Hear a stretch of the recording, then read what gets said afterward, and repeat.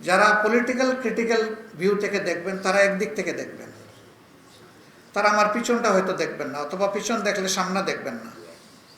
কিন্তু সাংবাদিকরা উপর দিক থেকে দেখেন, যার কারণে 4D ভিউ তাদের কাছে প্রকাশ পায়। তারা সব দিক দেখেন এবং তাদের সমালোচনা, তাদের পরামর্শটা হয় অর্থবহ।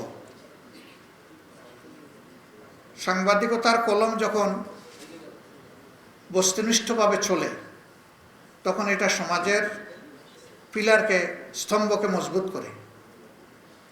এই জায়গাটায়ও দায়িত্ব পালনে সকলের অ্যাটিটিউড হয়তো সমান নাও হতে পারে, কিন্তু কিছু কিছু বিষয়তে অবশ্যই আমাদেরকে একটা জায়গায় এক হতে হবে।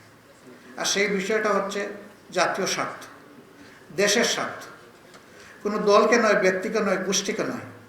আমাদের সাবজেক্ট যদি আমাদের জাতি এবং দেশ থাকে, তাহলে আশা করি যে এই ক্ষেত্রে জাতি বেশি লাভবান হবে এবং সাংবাদিকরা অর্থবহ ভূমিকা পালন করতে পারবেন।